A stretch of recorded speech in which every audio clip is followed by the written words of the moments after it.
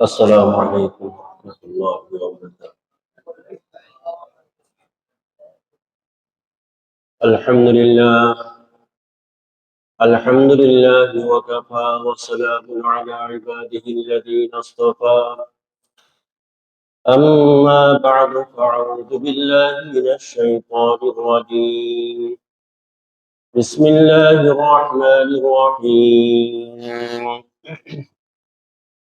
إن عدة الشهور عند الله 12 شهرا في كتاب الله يوم خلق السماوات والأرض منها أربعة حرم ذلك الدين القيم فلا تظلموا فيهن أنفسكم وقاتلوا المشركين كافة كما يقاتلونكم كافة واعلموا أن الله مع المتقين. وقال رسول الله صلى الله عليه وسلم: ليس منا من ضرب الحدود وشق الجيوب ودعا بدعوة الجاهلية، أو كما قال النبي صلى الله عليه وسلم: اللهم صل على محمد وعلى آل محمد كما صليت على إبراهيم وعلى آل إبراهيم إنك حميد مجيد. اللهم بارك على محمد وعلى آل محمد كما باركت على إبراهيم وعلى آل إبراهيم إنك حميد مجيد. বুজুর্গানে মুহতারাম, আরবি নতুন বছর শুরু হয়ে গেছে। নতুন বছর, হিজরি সন, মুহররম মাস, এই সমস্ত বিষয়ে গত সপ্তাহে আমরা কিছু আলোচনা শুনছিলাম। এই মুহররম মাসের মধ্যে একটি অন্যতম দিন মুহররমের 10 তারিখ। এই দশম দিনটাকে আমরা আমাদের ভাষায়, যদিও শব্দটা আরবি, তারপরও ব্যাপকভাবে আমাদের মধ্যে প্রচলিত এবং প্রসিদ্ধ ইয়াউমে আশুরা, আশুরার দিন। আজ মুহররমের 3 তারিখ, আর এক সপ্তাহ পরে আসতেছে আশুরার দিন, অর্থাৎ সামনের শুক্রবার। তো আশুরা সম্পর্কে এর আগ দিয়ে আমরা আরো কিছু কথা আমরা শুনবো, এবং এই দিনকে কেন্দ্র করে শুধু আমাদের দেশে না, পৃথিবীর বহু দেশে, সারা বিশ্বে বলবো না, বাকি অনেক দেশে শোক দিবস, মাতম, এই শোক দিবসকে কেন্দ্র করে নানা ধরনের অনুষ্ঠান আয়োজন করে, উদযাপন করে মাসব্যাপী, শুধু একদিন না, সারা মাস। আমি এই মুহররম মাসে একটা দেশে ছিলাম, দেশের নামটা বলছি না। তো পুরা মাস এই মুহররমে তারা এই কালো জামা, কালো টুপি, আর সারা মাস মাতম, শোক পালন করতেছে এই আশুরার দিনকে কেন্দ্র করে। এই আশুরা সম্পর্কে, এই দিনের করণীয় এবং বর্জনীয় আমরা কিছু আলোচনা আজ শুনবো ইনশাআল্লাহ, আর বাকিটা এটা আমরা সামনের সপ্তাহে শুনবো ইনশাআল্লাহ। আশুরা এটা আরবি শব্দ, আসছে আশারাতুন থেকে, আশিরুন থেকে, অর্থাৎ দশম দিন, দশম। ইয়াউমে আশুরা মুহররমের দশম দিন। ইসলামের একটি কালো অধ্যায়, লোমহর্ষক, হৃদয় বিদারক একটি ঘটনা সংঘটিত হয় এই দিনে। এটা আমাদের মধ্যে পরিচিত, সেটাই আমি আগে বলছি। যেটা পরিচিত না সেটা আমি একটু পরে বলতেছি। বিশেষ করে কারবালার যে ঘটনা সংঘটিত হয় 62 হিজরিতে, 62 হিজরি, ইংরেজি 680 সাল। আরবি মাস ছিল মহররম, ইংরেজি মাস ছিল অক্টোবর। মহররমের 10 তারিখ, অক্টোবরের 10 তারিখ, বার ছিল শুক্রবার। তো 62 হিজরিতে কারবালার ঘটনা সংঘটিত হয়। আশুরা সম্মান এবং ফজিলত, হাদিসের মধ্যে যদি নবীজি সাল্লাল্লাহু আলাইহি সাল্লাম কারবালার ময়দানকে বা কারবালার ঘটনাকে কেন্দ্র করে যদি আশুরার ফজিলত হয়, সম্মান হয়, রোজা ইবাদত হয়, এই হাদিস বর্ণনা করেছেন নবীজি সাল্লাল্লাহু আলাইহি সাল্লাম নিজের জীবদ্দশায় এবং মদিনাতে, এবং 10 হিজরির আগে আগে, 10 হিজরির আগে। এই হাদিস যখন বর্ণনা করা হয়, বুখারী শরীফের হাদিস, আশুরার ফজিলতের হাদিস ইবনে মাজাহর মধ্যে আছে, মুসলিম শরীফের মধ্যে আছে, ইবনে মাজাহ মুসলিম শরীফের 2626 নম্বর হাদিস, বুখারী শরীফের 1303 নম্বর হাদিস, ইবনে মাজাহর 1738 নম্বর হাদিস। তো বিভিন্ন তিনটা সিয়াসেতার, তিনটা হাদিসের কিতাব বললাম, এই তিনটা হাদিসের মধ্যে আশুরার রোজার ফজিলত, মুহররমের রোজার ফজিলত নবীজি বলে গেছেন। এবং কারবালার ঘটনা সংঘটিত হওয়ার 50 বছর আগে, কারবালার ঘটনা এখনো সংঘটিত হয় নাই, তার আগেই আশুরার ফজিলত, রোজার ফজিলত, এই দিনের ফজিলত, এই মাসের ফজিলত নবীজি আগেই বলছেন। তাহলে আমরা যদি এভাবে বলি যে কারবালার কারণে আশুরার ফজিলত, কারবালার ঘটনাকে কেন্দ্র করে এই দিনের রোজা, কারবালার কারণে এই মাসের সম্মান, নবীজি বলছেন, এটা ভুল হবে। কারণ সে ঘটনা তো ঘটছে অনেক পরে, তার আগেই নবীজি এ মাসের ফজিলত বয়ান করেছেন। তবে হ্যাঁ, এটা আমরা নির্দ্বিধায় বলতে পারি যে হযরত হুসাইন রাদিয়াল্লাহু আনহু নবীজির কলিজার টুকরা, আমাদেরও কলিজার টুকরা। নবীজির পরিবারের প্রতিটা সদস্যের মহব্বত, ভালোবাসা আমাদের অন্তরে ধারণ করা, এটাই ইমানের দাবি। আমরা নবীজির পরিবার আহলে বাইতকে ভালোবাসি, নবীজিকে ভালোবাসি বলেই। যে নবীজিকে ভালোবাসবে সে আহলে বাইতকে অবশ্যই ভালোবাসবে, এটা তার ইমানই দাবি। তো এক তো হলো উনি শাহাদাত বরণ করেছেন, হযরত হুসাইন রাদিয়াল্লাহু আনহু, দ্বিতীয় নম্বর নবীজির কলিজার টুকরা, ইনার শাহাদাতের মর্যাদা অনেক উপরে। তো ইনার হযরত হুসাইন রাদিয়াল্লাহু আনহু শাহাদাতের ফজিলত মর্তবাকে আল্লাহ তাআলা অনেক গুণ বৃদ্ধি করেছেন এই মাসের মধ্যে, এই শাহাদাতের ঘটনা সংঘটিত হওয়ার কারণে। একজন মানুষ পানিতে ডুবে মারা গেল, শহীদ, আর যদি সে পানিতে ডুবে মারা যায় রমজান মাসে, তাহলে তার এই ফজিলতের মাত্রাটা, এই ফজিলতের একটু তারতম্য হবে কিনা? অবশ্যই হবে। সারা বছর পানিতে ডুবে মারা গেলে সে শাহাদাতের মর্যাদা পাবে, কিন্তু যদি রমজান মাসে মারা যায় পানিতে ডুবে, তাহলে শাহাদাতের মর্যাদা অনেকদিন বৃদ্ধি পায়। রমজান মাসে মারা গেছে, যদি লাইলাতুল কদর হয়, 27 রমজান, কথার কথা লাইলাতুল কদর, ওই দিন সে পানিতে ডুবে মারা গেল রাতে, শাহাদাতের মর্যাদা অনেক গুণ বৃদ্ধি পাবে না? এই তো হুসাইন রাদিয়াল্লাহু আনহু শাহাদাত বরণ করেন, মর্যাদা অনেক বৃদ্ধি হয়েছে। কিন্তু এই মহররমে এবং 10ই মহররম, এই শাহাদাতের কারণে আল্লাহ তাআলা ওনার মর্যাদাকে অনেক গুণ বৃদ্ধি করছেন। নতুবা এই 10ই মহররমের সম্মান, এটা শুধু হুসাইন রাদিয়াল্লাহু আনহু শাহাদাতের দিন যে এই দিনে সম্মান বৃদ্ধি পাইছে তা না।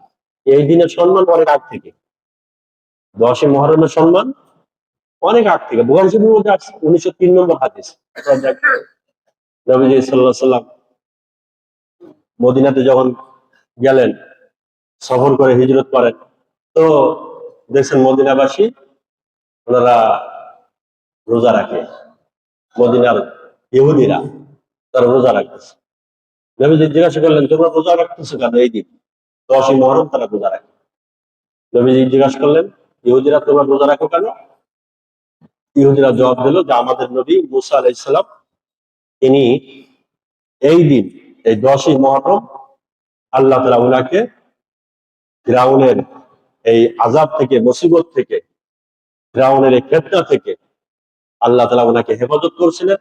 উনি যে সমুদ্র পার হলেন আর ফিরাউন ডুবে মরল, আর উনি ওনার সৈন্য নিয়ে ইমানদার বাহিনীকে নিয়ে সমুদ্র পার হয়ে গেলেন। যেদিন উনি সমুদ্র পার হয়েছিলেন ওই দিনটা ছিল 10ই মুহররম।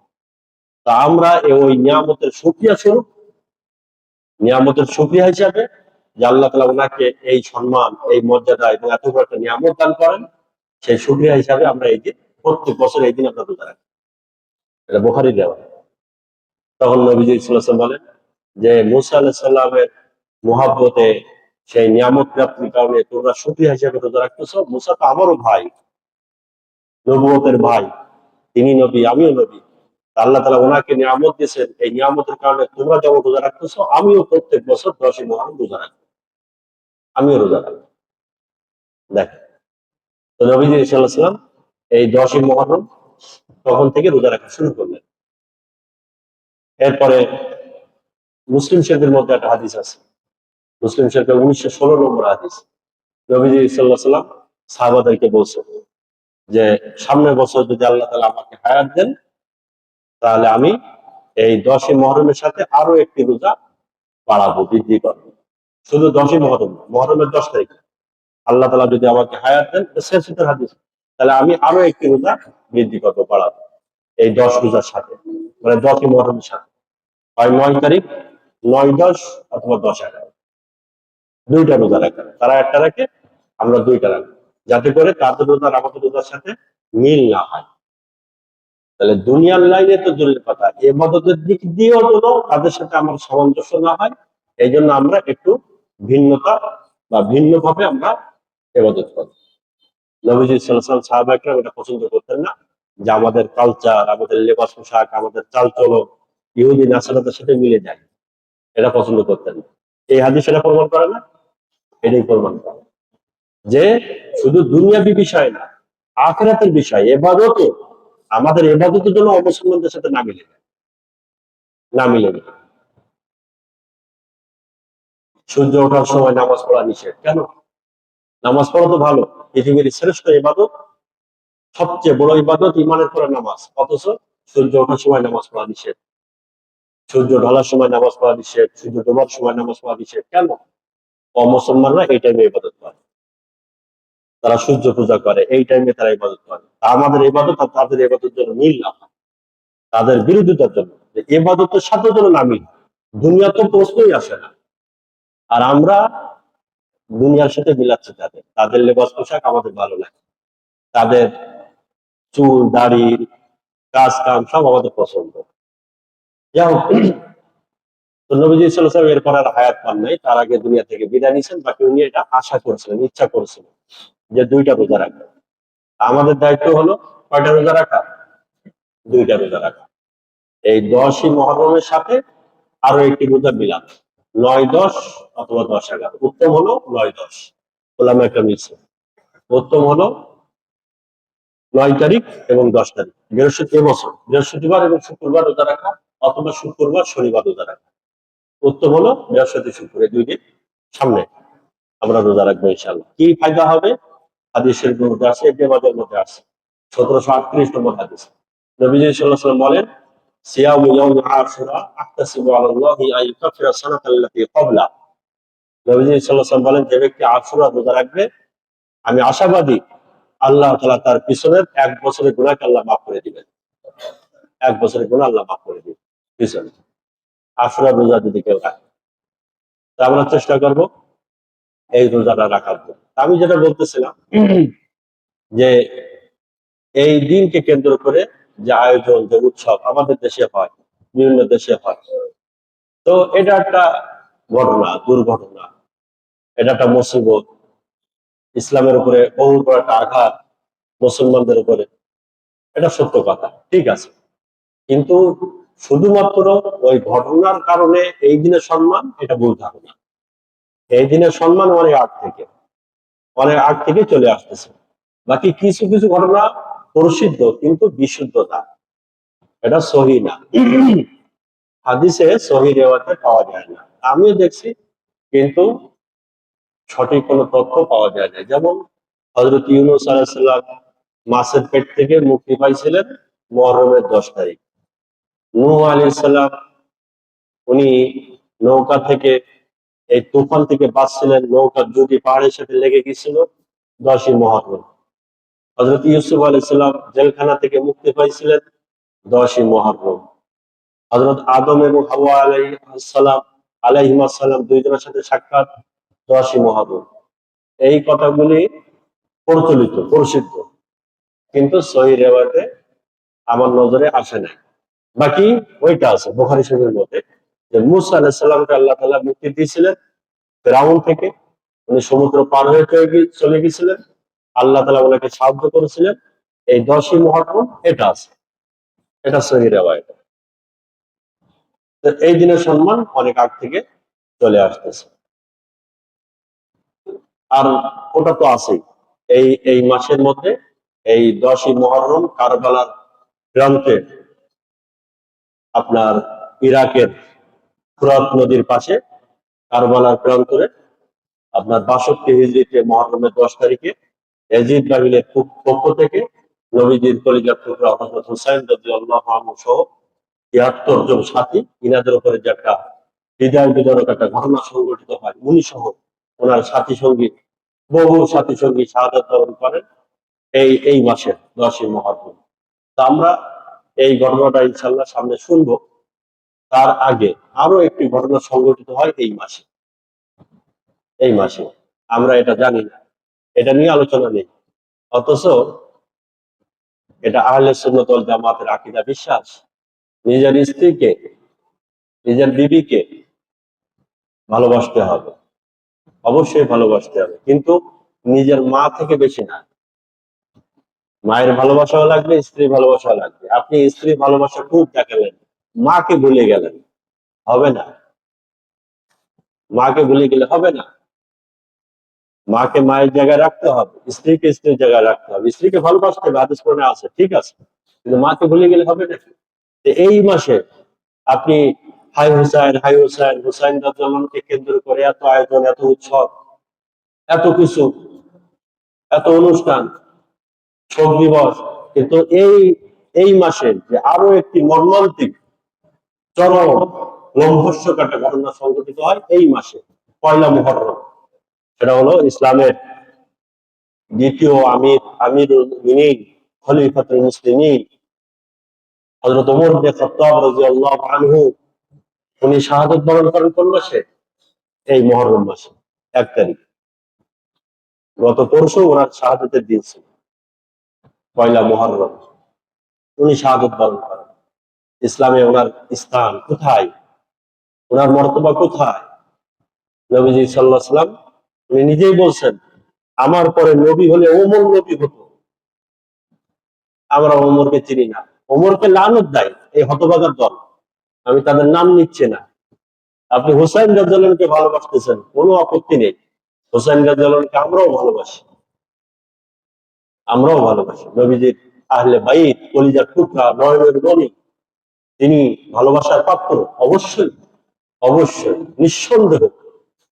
কিন্তু এই ওমর রাদিয়াল্লাহু কবর জিয়ারত করবে না, আবু বকর সিদ্দিকের কবর জিয়ারত করবে না, এনাদেরকে লানত দিবে, অভিশাপ দিবে, আর হাই হুসাইন করে জান্নাত পেয়ে যাব, এটা হলো নিজের স্ত্রীকে খুব ভালোবাসলো আর মাকে অভিশাপ দিল, মাকে অভিশাপ দিল। তো মাকে অভিশাপ দিয়ে স্ত্রীকে ভালোবেসে তাতে পাওয়া যাবে নাকি? না। হযরত ওমর রাদিয়াল্লাহু আনহু 22,51,300 কিলোমিটার, 22,51,300 কিলোমিটার উনি রাজত্ব করে গেছেন, খেলাফতের কাজ আঞ্জাম দিয়েছেন। এত এত লম্বা বড় পরিধি নিয়ে উনি রাজত্ব করছেন হযরত ওমর রাদিয়াল্লাহু আনহু। 10 বছর 6 মাস 4 দিন, পুরা 10.5 বছর ওমর রাদিয়াল্লাহু আনহু, এবং কত সুনামের সাথে। উনি নিজেই বলতেন যে ফুরাত নদীর পাড়ে যদি একটা কুকুরও না খেয়ে মারা যায়, হাসরের ময়দানে আমি ওমরকে আল্লাহ তাআলা ধরবেন, পাকড়াও করবেন। এইভাবে ইনসাফের সাথে দেশ পরিচালনা করেছেন হযরত ওমর রাদিয়াল্লাহু আনহু। নবীজির শ্বশুর, এবং নবীজি এটা বলতেন যে আমার পরে কেউ নবী হলে ওমর নবী হতো। কোরআন শরীফের 22 থেকে 23টা আয়াত নাযিল হয় ওমর রাদিয়াল্লাহু আনহুর কথা মতো। ওমর রাদিয়াল্লাহু আনহু বলছেন, আয়াত নাযিল হয় না এখনো, ইসলামের এখনো বিধান আসে নাই। ওমর রাদিয়াল্লাহু আনহু বলছেন, ইয়া রাসূলুল্লাহ, এটা হওয়া উচিত। নবীজি বলছেন, তুমি বলার কে? আল্লাহ বলেন নাই, আমি বললাম না, তুমি কেন বলতেছো? ওমর রাদিয়াল্লাহু আনহু বলছেন, না ইয়া রাসূলুল্লাহ, এটা হওয়া উচিত, এটা আপনি নির্দেশ দেন। নবীজি বলছেন, আল্লাহ না বললে আমি নির্দেশ দিই কিভাবে? পরে আয়াত নাযিল হয়েছে। নবীজি সাল্লাল্লাহু আলাইহি ওয়াসাল্লাম জিবরিল আলাইহিস সালাম আয়াত নিয়ে আসেন, হ্যাঁ ইয়া রাসূলুল্লাহ, ওমর তো এটা বলছে, এটা ঠিক, এখন থেকে আপনি উম্মতদেরকে এটাই বলে দেন। সুবহানাল্লাহ বলেন। এটাই এই পর্দার আয়াত নাযিল হয় কিসের কারণে? নবীজির স্ত্রীরা বাইরে চলাফেরা করতেন, অন্য পুরুষদের পর্দার আয়াত নাযিল হয়নি। তো ওমর রাদিয়াল্লাহু প্রথম আপত্তি জানাইছিলেন যে, উম্মাহাতুল মুমিনিন, ইয়া রাসূলুল্লাহ, আপনার স্ত্রীগণ আমাদের সাথে আমাদের সামনে কেন আসবে, বাইরে কেন যাবে? ভয় থাকতে বলে, বাইরে যাওয়ার দরকার নেই, কারোর সামনে যাওয়ার দরকার নেই। নবীজি বলছেন, না, এখন তো এই বিষয়ে কোনো হুকুম আহকাম আসে নাই, তুমি কেন বলতেছো? তো পরবর্তীতে ঠিকই সে পর্দায় আয়াত নাযিল হয়। মদের বিষয়ে, শরাব, ওমর রাদিয়াল্লাহু আনহু সর্বত আপত্তি জানিয়েছিলেন, ইয়া রাসূলুল্লাহ, যারা হারাম হওয়া উচিত, নিষেধ হওয়া উচিত। মানুষ মাতলামি করতেছে, মাতলামি করতে করতে মসজিদে আসে, নামাজ পড়তেছে, এই অবস্থায় একজন আরেকজনকে মারতেছে, গালমন্দ করতেছে, খারাপ ব্যবহার করতেছে, এটা নিষেধ করে দেন। নবী সাল্লাল্লাহু আলাইহি ওয়াসাল্লাম বলছেন যে, না, আমি নিষেধ করার কে? ঠিকই আয়াত নাযিল হয়। সব ওমর রাদিয়াল্লাহু আনহুর কথার পরে এইভাবে 22 থেকে 23টা বড় বড় হুকুম। এই জন্য ওনাকে বলা হতো উম্মতের মুলহাম। ওনার উপাধি, ওমর রাদিয়াল্লাহু আনহু উপাধি হলো মুলহাম, যার অন্তরে আল্লাহ তাআলা সহি জিনিসটা ঢালতেন, সঠিক জিনিসটা তার অন্তরে আল্লাহ ঢালতেন। তো কোনটা ভালো কোনটা মন্দ, আল ফারিক বাইনাল হক ওয়াল বাতিল, যিনি হক বাতিল নির্ণয় করতে পারতেন, হযরত ওমর রাদিয়াল্লাহু আনহু। তারাবির নামাজ জামাতবদ্ধভাবে পড়া,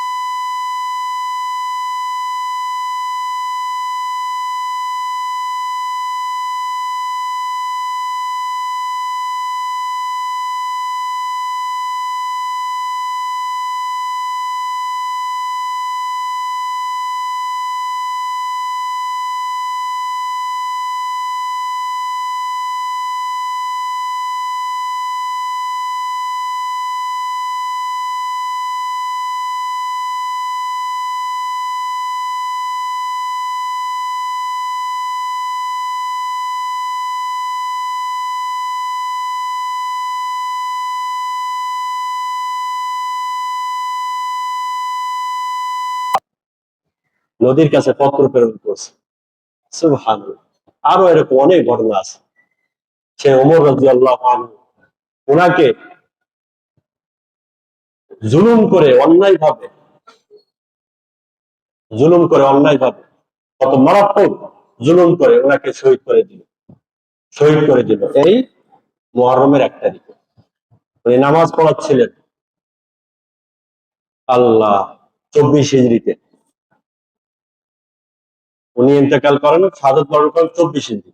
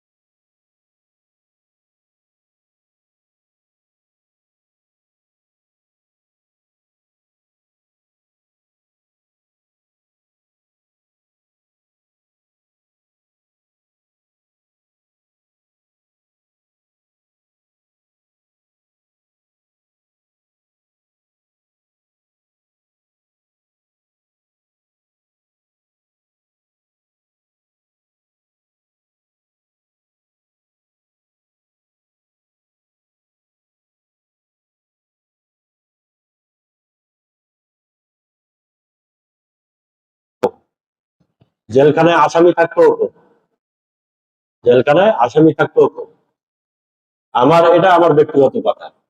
যদি মসজিদে মুসল্লি বেশি হয়, জেলখানায় আসামি কমে যাবে। আর মসজিদে মুসল্লি যদি কম হয়ে যায়, তাহলে জেলখানায় আসামি মরে যাবে। বড় বড় মসজিদ মুসল্লি নেই, আর যত জেলখানা আসামি এই পরিমাণ দিছে, যেখানে 5,000 রাখা যায় সেখানে 10,000। মানে আসামি সেখানে ধরতেছে না, ভরে যাচ্ছে, 2 তলা দিয়ে 3 তলা দিয়ে ভরে যাচ্ছে। কেন? মসজিদ ফাঁকা যায়। মসজিদ ফাঁকা হওয়ার কারণে জেলখানায় শুধু আসামি আর আসামি। জেলখানায় আসামি বাড়ানোর কারণ কি? মসজিদ ফাঁকা, মসজিদ খালি।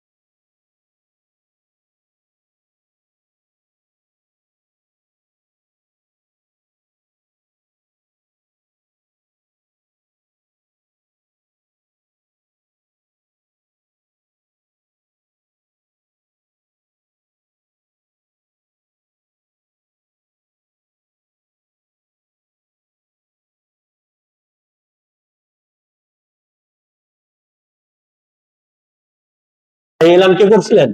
হয়তো ওমর রাদিয়াল্লাহু, যার কারণে ইহুদিদের সাথে ওমর রাদিয়াল্লাহুর একটা কঠিন শত্রুতা ছিল, দ্বন্দ্ব ছিল। ইহুদিরা একটা সুযোগ খুঁজতেছিল। এরপর মুনাফেকরা তো শুরু থেকেই আছে, ওনার পিছনে লেগেই আছে। মুনাফেকরা তো নবীজির পিছনে, আবু বকর সিদ্দিকের পিছনে, আর ওমরের।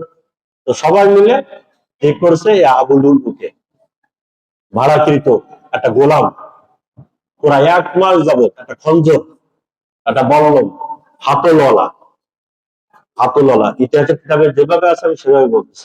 খঞ্জরের মধ্যে একটা হাতল ছিল ধরার মতো, এবং প্রায় 1 মাস বিষের মধ্যে বিষ, যে বিষ সামান্য একটা মানুষের শরীরের মধ্যে যদি লেগে যায়, ভিতরে যদি চলে যায়, ওই সামান্য বিষ, বিষে সে মরে যাবে।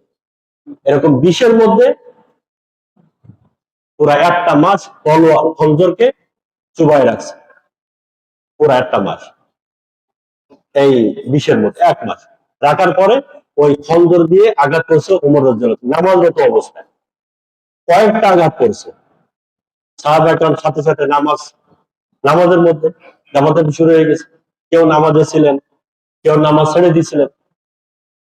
হযরত আব্দুর রহমান বিন আউফ রাদিয়াল্লাহু আনহু যে ওনার আঘাত করার পরে ওমর রাদিয়াল্লাহু আনহুকে কয়েকটা আঘাত করছেন, ঘাড়ে, পিঠে, কয়েক জায়গায় আঘাত করছেন। কিন্তু মারাত্মক আঘাত যেটা ছিল সেটা হলো পেটের আঘাতটা, এই তল পেটে খঞ্জর দিয়ে তল পেটে একটা কঠিন আঘাত করছে। আঘাত করার সাথে সাথে ওনার নাড়ি ভুঁড়ি সব বেরিয়ে আসছে, বাইরে চলে আসছে ওমর রাদিয়াল্লাহু আনহু। এই মুহররম মাসে আমরা এটা নিয়ে কোনো আলোচনা নেই, প্রয়োজনই মনে করি না, মাকে ভুলে গেছি আমরা। আমি এটা প্রয়োজনই মনে করছি যে হুসাইন রাদিয়াল্লাহু আনহু কারবালার ইতিহাস শুনবো ইনশাআল্লাহ, আমিই বলবো ইনশাআল্লাহ। কিন্তু এগুলো আমাদের জানতে হবে যে যার অবদান ইসলামে এত বড়, কত বড় অবদান ইসলামের, মহান একজন ব্যক্তিত্ব। শোক দিবস, শোক দিবস ইসলামে আপনি পালন করবেন কয়দিন? 10ই মুহররম শোক দিবস নেই কয়দিন আমাদের? সারা বছর তো শোক পালন করতে হবে আমাদের। বলেন, দাদা যেদিন মারা গেছে ওই দিনটা আমাদের জন্য শোকের না? কি বলেন? আমার দাদা, আমার আব্বা আসছেন তো দাদার মাধ্যমে, তা আমি দুনিয়াতে আসছি এক হিসেবে দাদার মাধ্যমে, ওই দিনটা তো আমার শোকের দিন। আমার দাদি যেদিন মারা গেছে ওটাও তো আমার শোকের দিন। আমার নানা যেদিন মারা গেছে ওই দিনটা আমার শোকের না? নানি যেদিন মারা গেছে, আমার মা তো আছে নানির মতো, ওটাও আমার জন্য শোকের দিন। যাদের আব্বা আম্মা নেই তাহলে তাদের পিতা যেদিন মারা গেছে সেটাও শোকের দিন। মা মারা গেছে, মার মৃত্যুটাও শোকের দিন। কয়টা হলো? 4টা। এরপর আপনি একজনকে ভালোবাসেন, আপনার বন্ধু, সে মারা গেছে, তার মৃত্যুর দিনটা আপনার শোকের দিন। আপনার কটা সন্তান ছিল, তার মধ্যে একটা সন্তান চলে গেছে আগে, তার মৃত্যুর দিনটা আপনার জন্য শোকের দিন। আপনি একজন পীর সাহেবকে ভালোবাসতেন, পীর সাহেব গেছে মারা, তো ওই পীর সাহেবের মৃত্যুর দিনটা আপনার জন্য শোকের দিন না? হয়তো আবু বকর সিদ্দিক রাদিয়াল্লাহু আনহু যেদিন চলে গেছেন দুনিয়া থেকে, ওটা আমাদের জন্য শোকের দিন। আমাদের নবীজি যেদিন দুনিয়া থেকে চলে গেছেন ওই দিনটা আমাদের জন্য শোকের দিন না? শোকের দিন। নবীজির সন্তান ফাতেমা আর জহরা, নবীজি যাকে সবচেয়ে বেশি ভালোবাসতেন, উনি যেদিন চলে গেছেন ওটা আমাদের জন্য শোকের দিন। 365 দিনের মধ্যে শোকের দিন নেই কয়দিন? কয়দিন শোকের দিন নেই বলেন? আর কোন দিনটা শোক পালন করার প্রয়োজনীয়তা নেই? প্রত্যেকটা দিন দেখবেন যে কোনো কেউ একজন, হযরত আব্দুল কাদের জিলানী এই দিন মারা গেছেন, এর পরের দিন আবার দেখা যাচ্ছে খাজা মঈনুদ্দিন চিশতি ইন্তেকাল করেছেন, যেটা আমাদের জন্য একটা বহু বড় আঘাত, ইসলামের আঘাত, আমার জন্য এটা শোকের ব্যাপার। পরের দিন দেখা যাচ্ছে ফাতেমাতু জহরা, এরপরের দিন আয়েশা, এরপরের দিন খাদিজা, এরপরের দিন নবীজি, এরপরে আবু বকর সিদ্দিক, এরপর আমার দাদা, এরপর আমার শ্বশুর। হবে কিনা? হতে পারে কিনা? তাহলে একটা মুসলমান প্রত্যেকদিন যদি শোক পালন করে, ইবাদত করবে কখন? ইবাদত কখন করবে? দেশ পরিচালনা কখন করবে? সে যে মেম্বার, এলাকা চালাবে কিভাবে? তার তো শোকই পালন করতে হবে সারাদিন, মিছিল মিটিং আর ওই মোমবাতি জ্বালাতে হবে। আর কাজটা পুরুষ মানুষরা এগুলো আল্লাহ দায়িত্ব দিচ্ছে না। শোক কিভাবে পালন করবে এগুলো হাদিস কোরআনে আছে, হাদিস কোরআনে আছে। বুখারী শরীফের আল্লাহ 1219 নম্বর হাদিস, 1219 নম্বর হাদিস, নবীজি সাল্লাল্লাহু আলাইহি সাল্লাম, বুখারী শরীফের 1303 নম্বর হাদিস। 1219 নম্বর হাদিসের মধ্যে তো কঠিন কথা আছে, সেটা আমি পরে বলতেছি। 1303 নম্বর হাদিস, নবীজি সাল্লাল্লাহু আলাইহি সাল্লাম বলেন, ওনার ছেলে ইন্তেকাল করছে, নবীজির ছেলে হযরত ইব্রাহিম, ছোট বাচ্চা। তো একটা সন্তান মারা যাওয়া পৃথিবীর মধ্যে সবচেয়ে ভারী জিনিস, যে পিতার কাঁধে সন্তানের লাশ। আর নবীজি সেই সন্তান ইব্রাহিম, যাকে নবীজি অত্যন্ত ভালোবাসতেন, ছেলেদের মধ্যে, মেয়েদের মধ্যে যেমন ফাতেমা, ছেলেদের মধ্যে ইব্রাহিম, যাকে এত ভালোবাসতেন নবীজি, সেই ছেলে মারা গেছে। আর নবীজি কোলে করে নিয়ে যাচ্ছেন দাফন দাফন করার জন্য কবরস্থানে। নবীজির 2 চোখ দিয়ে অনবরত পানি টপকাচ্ছে, নবীজি অনবরত পানি পড়ছে। সাহাবা একরাম অবাক হয়ে গেছে, সাহাবা একরামের খারাপ লাগছে, নবীজি এত কাঁদতেছেন, এত কাঁদতেছেন, আওয়াজ নেই কিন্তু চোখ দিয়ে পানি পড়ছে। এবারে বুখারী শরীফের রিওয়ায়াত 1303 নম্বর হাদিস। যখন সাহাবা একরাম জিজ্ঞাসা করলেন, ইয়া রাসূলুল্লাহ, আপনি এত কাঁদতেছেন, তখন নবীজি সাল্লাল্লাহু আলাইহি ওয়াসাল্লাম এই হাদিসটা বলছিলেন, ইন্নাল আইনা তাদমা ওয়াল কলবা ইয়াহজান ওয়া ইন্না লা নাকুলু ইল্লা মা ইয়ারযা রাব্বুনা ওয়া ইন্না বিফিরাকিকা ইয়া ইব্রাহিম লামাহজুনুন। এই কয়েকটা কথা বলছে নবীজি সাল্লাল্লাহু আলাইহি ওয়াসাল্লাম। এক নম্বর কথা, ইন্নাল আইনা তাদমা, মুসিবত যখন আসে চোখকে আটকানো যায় না, চোখ থেকে তো পানি বেরোবে। নবীজি বলতেছে আমার উপরে একটা পেরেশানি আসছে, চোখকে তো আমি আটকাতে পারতেছি না, পানি তো অনবরত বাইরে হচ্ছে এই মুসিবতের কারণে। অলকাল বা ইয়াহজান, এবং আমি অত্যন্ত বিষণ্ণ আমার সন্তানরা মারা যাওয়ার কারণে, আমি কষ্ট পাচ্ছি মনে মনে, খুবই কষ্ট পাচ্ছি, আর এই কষ্টের কারণে আমি চোখের পানি আটকাতে পারতেছি না। নবীজি বলতেছেন। এরপরে ওয়ালা নাকুলু ইল্লা মা ইয়ারদা রাব্বুনা, আর আমার রব, আমার প্রতিপালক যে কথায় সন্তুষ্ট হবেন আমি সেই কথা ছাড়া অন্য কোনো কথা বলবো না, অন্য কোনো কাজ করতে আমি রাজি না। আল্লাহ যেটা করতে বলছেন আমি সেটাই করবো, আল্লাহ যেটা অপছন্দ করেন আমি সেটা করবো না। নবী যেটা বলে দিচ্ছে, আল্লাহ যারা অপছন্দ করেন সেটা আমি করবো। তিনটা কথা। চতুর্থ নম্বর, নবীজি নবী ফিরাকিকা ইয়া ইব্রাহিম লামাহজুনুন, ইব্রাহিম আমি কোলে করে তোমাকে দাফন করতে নিয়ে আসলাম, আমি অত্যন্ত কষ্ট পাচ্ছি। এই একটা ছেলে, একটা সন্তান বা কোনো মুসিবত যদি আসে তার শোকটা কিভাবে পালন করতে হবে, কতটুকু করা যাবে, কিভাবে করা যাবে, নবীজি দেখা দিচ্ছে। সর্বোচ্চ 3 দিন। নবীজি সাল্লাল্লাহু আলাইহি ওয়াসাল্লাম বলছেন কেউ মারা গেছে তার বাড়িতে 3 দিন খাবার পৌঁছায় দাও, তার বাড়িতে মুসিবত আছে, জাফরের বাড়িতে তোমরা 3 দিন খাবার পৌঁছায় দাও, তার বাড়ির পরিবারের সদস্যরা শহীদ হয়ে গেছে, বাড়িতে খানা 3 দিন। পুরুষের জন্য সর্বোচ্চ 3 দিন। আপনার স্ত্রী মারা গেছে, মাথা নিচু করে, মুখটা এই কপাল গোটায়, হ্যাঁ, চোখ দিয়ে পানি বের হচ্ছে, মনটা খারাপ, কয়দিন? 3 দিন। সারা মাস ধরে আমার বউ গেছে না, সারা মাস আর কাজ কাম করবেন কখন? ইবাদত করতে হবে, জিকির করতে হবে, কোরআন শরীফ পড়তে হবে, দাওয়াতের কাজ করতে হবে, মানুষদেরকে দিনের কথা বলতে হবে, এগুলো করবেন কখন? ইশরাক, কাজ, আওয়াবিন, তাহাজ্জুদ, জিকির, কোরআন শরীফ তেলাওয়াত, মানুষের দাওয়াতি কাজ, এগুলো করতে হবে না? আল্লাহ তাআলা আমাদেরকে দুনিয়াতে শোক পালন করার জন্য পাঠিয়েছেন না? অনেক দায়িত্ব আছে, একটা পুরুষের অনেক দায়িত্ব, শোকের জন্য আল্লাহ পাঠায় নাই।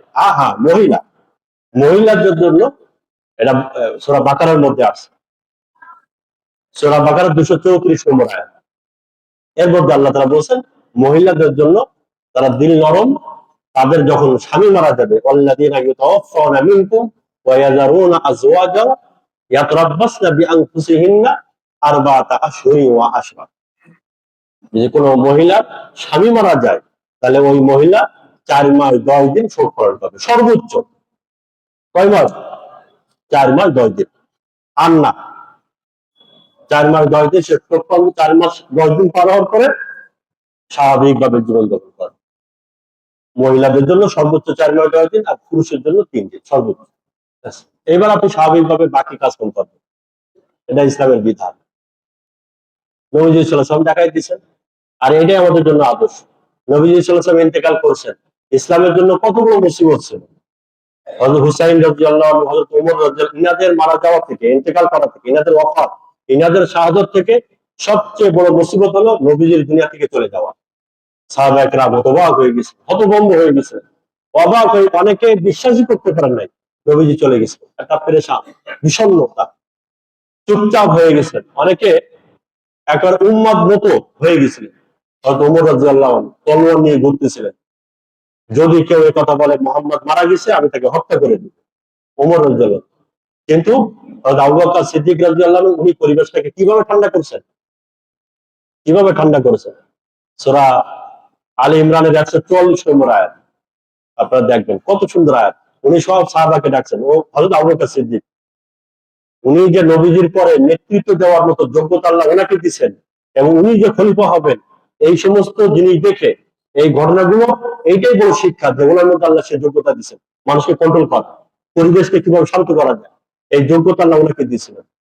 তো এরকম একটা বিষণ্ণতার মধ্যে দিয়ে সাহাবা একরাম চারিদিকে ছুটাছুটি শুরু হয়ে গেছে, সবাইকে ডাকছেন মসজিদে, ডেকে সূরা আলী ইমরানের 144 নম্বর আয়াত তেলাওয়াত করেছেন।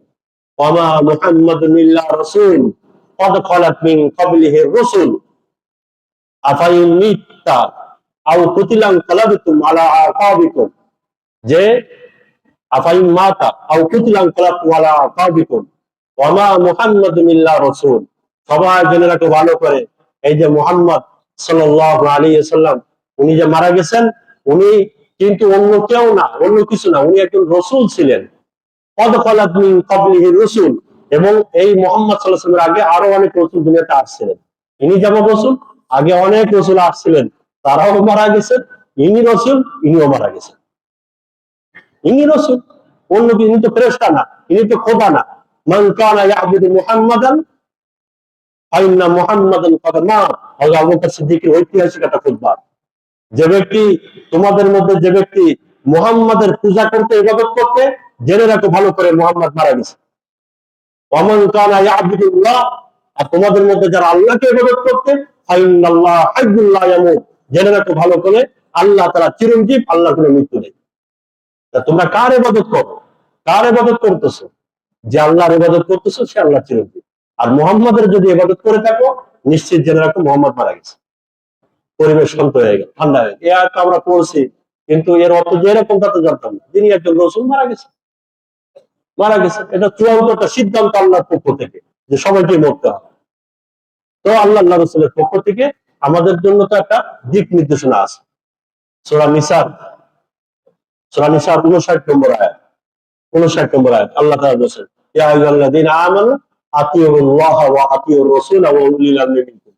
প্রত্যেকটা বিষয় আমি আল্লাহ কি বলছি লক্ষ্য করো, আমার নবীজি এই বিষয়ে কি বলছেন খেয়াল করো, উলিল আমরা কি বলছে, ওলামা একরাম কি বলছে এটা খেয়াল করো, যে কোনো বিষয়। তাহলে শোকের বিষয়ে আল্লাহ কি বলছেন, রসুল কি বলছেন, এগুলো লক্ষ্য করো। সূরা নিসার 59 নম্বর আয়াত। এখন নবীজি সাল্লাল্লাহু আলাইহি ওয়াসাল্লাম দুনিয়া থেকে বিদায় নিলেন, এটা একটা শোক দিবস। এই নবীজি সাল্লাল্লাহু আলাইহি ওয়াসাল্লাম দুনিয়া থেকে যে বিদায় নিলেন, এরপরে সাহাবা আবু বকর সিদ্দিক রাদিয়াল্লাহু 2 বছর খলিফা ছিলেন, ওমর রাদিয়াল্লাহু 10 বছর খলিফা ছিলেন, হযরত ওসমান রাদিয়াল্লাহু 12 বছর খলিফা ছিলেন।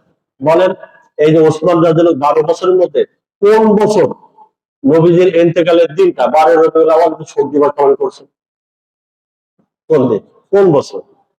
অথচ আমরা নবীজিকে যত ভালোবাসি, সাহাবা একরাম কম ভালোবাসতেন না বেশি ভালোবাসতেন? হাজার গুণ বেশি ভালোবাসতেন, শত হাজার গুণ নবীজিকে বেশি ভালোবাসতেন।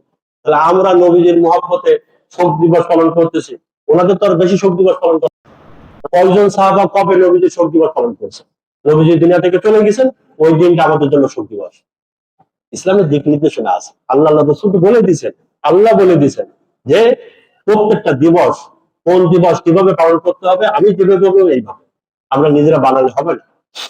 তো এই মাসে কারবালার ঘটনার পূর্বে আরো একটি রোমহর্ষক ঘটনা, যেটা হৃদয় বিদারক ঘটনা, যেটা সেটা হলো ওমর রাদিয়াল্লাহু তাআলা শাহাদাতের ঘটনা।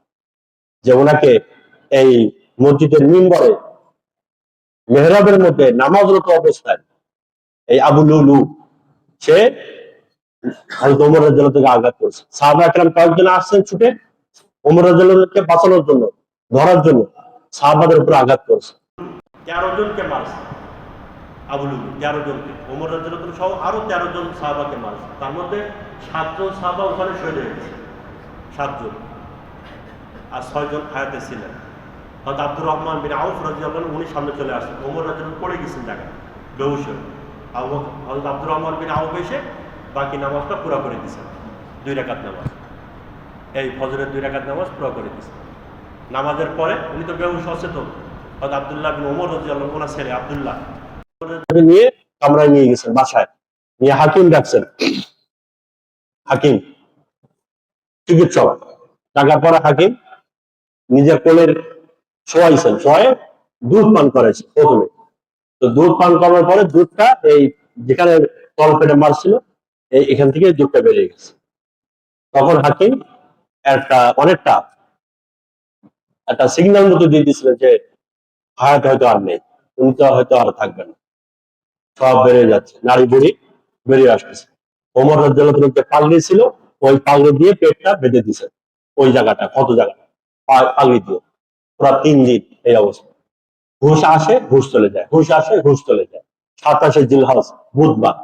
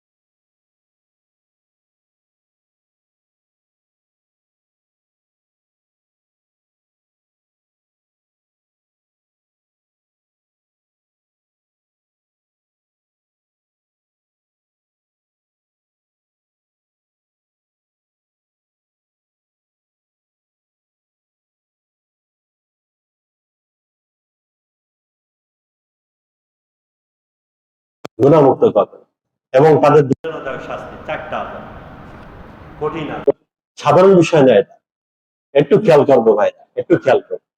মসজিদে ইমাম সাহেব এলান করে, যাদের টাকুর নিচে কাপড় আছে একটু গোটায় নেন। এর কি নামাজের জন্য জরুরি নাকি টাকুর উপরে কাপড় তোলা? টাকুর উপরে কাপড় তোলা এটা কি নামাজের জন্য জরুরি না সবসময় জরুরি? সবসময় জরুরি, সবসময় খরচ, সবসময় উঠাতে হবে, শুধু নামাজের সময় না, শুধু মসজিদে না। ইমাম সাহেব এটা হলো অহেতুক একটা কথা। এটা সবসময় আমাদের জন্য জরুরি, শুধু নামাজ না, নামাজের বাইরে কোনো সময় টাকুর নিচে। এটা অহংকারী একটা নিদর্শন, অহংকারের নিদর্শন।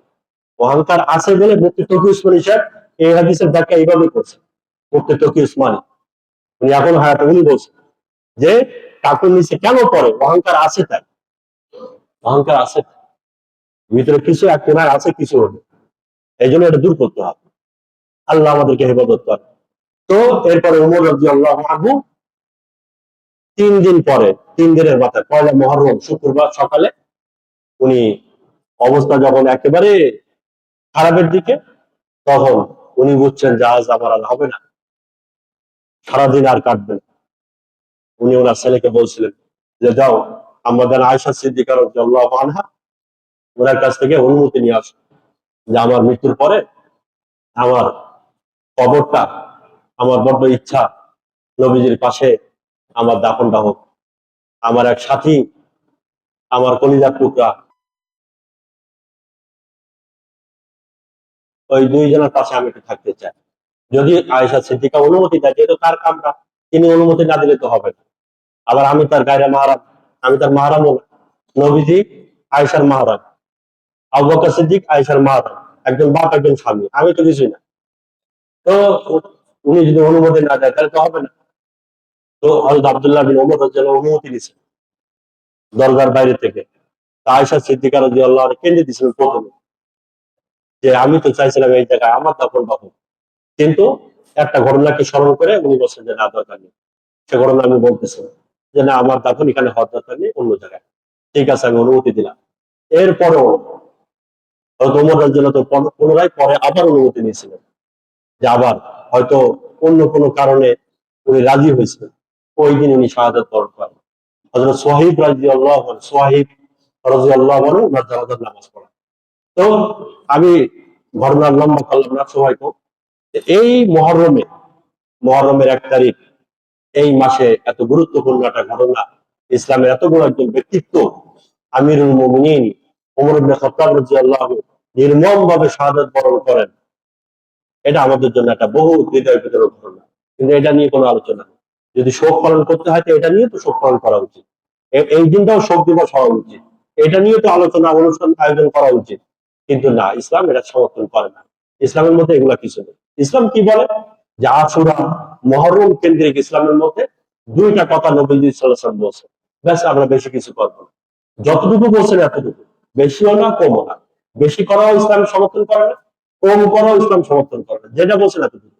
এই মাসে বেশি বেশি রোজা রাখা, এই মাসে বেশি বেশি রোজা রাখা। মুসলিম শরীফের হাদিস, নবীজি সাল্লাল্লাহু আলাইহি ওয়াসাল্লাম বলছেন, মুসলিম শরীফের 2626 নম্বর হাদিস, নবীজি সাল্লাল্লাহু আলাইহি ওয়াসাল্লাম বলছেন যে রমজানের পরে সবচেয়ে উত্তম রোজা হলো মুহররমের রোজা। শুধু 10 তারিখ না, সারা মাস। শুধু 10 তারিখ না, সারা মাস যে কোনো সময় আপনি রোজা রাখলেন, যে কোনো মাসের যে কোনো দিন আপনি রোজা রাখলেন, এটা হলো রমজানের পরে উত্তম রোজা। তাহলে নবীজি এটা পাওয়া যায়। আরটা হলো 10ই মুহররম রোজা রাখা, আশুরার ব্যাপার, এটা ইবনে মাজার হাদিস, আমি আপনাদের বলছি যে এই দিন রোজা রাখলে আল্লাহ তাআলা পিছনের 1 বছরের গুনাহ আল্লাহ মাফ করে দিবেন। তো হাদিসে এই এতটুকু পাওয়া যায়, এর বেশি কিছু তেমন কিছু সহিহ রিওয়ায়াতে পাওয়া যায়। এর বাইরে আমরা যদি কিছু করি, নবীজি সাল্লাল্লাহু আলাইহি ওয়াসাল্লাম এটা নিষেধ করছেন, এটা নিষেধ করছেন। 1219 নম্বর হাদিস বুখারী শরীফে, যে আমার উম্মতের মধ্যে থেকে না, মান জরাবাল হুদুদ, যে তার যদি কোনো মুসিবত আছে, পেরেশানির কারণে সে মুখে হাত দিয়ে মুখ চাপড়াচ্ছে, হাই কি হলো, হাই কি হলো, হাই কি হলো। যারা মুখে চাপড়ায় পেরেশানির কারণে, এবং সাতপাল দুয়ু কাপড় ছিঁড়ে ফেলে মুসিবতের কারণে, জামা কাপড় সব ছিঁড়ে ফেলতেছে, পিঠে বাড়ি মারতেছে, মুখে বাড়ি মারতেছে, জাহিলিয়া, আর জাহিলি যুগের মতো চিৎকার করতে থাকে, জাহিলি যুগের মতো মুসিবত আসলে নবীজি বলছে লাইসা মিন্না, সে আমার উম্মত না, সে আমাদের উম্মতের মধ্যে থেকে না। এইটা নিষেধ। দুইটা করণীয় বললাম, আর নিষেধ কোনটা সেটা আমি বুখারী থেকে রেওয়ায়াত করলাম 1219 নম্বর হাদিস। আল্লাহ তাআলা আমাদের সবাইকে করণীয় কাজগুলো করার তৌফিক দান করেন, বর্জনীয় কাজ থেকে আল্লাহ আমাদের সবাইকে হেফাজত করেন। ওয়া আখিরু দাওয়ানা আলহামদুলিল্লাহ।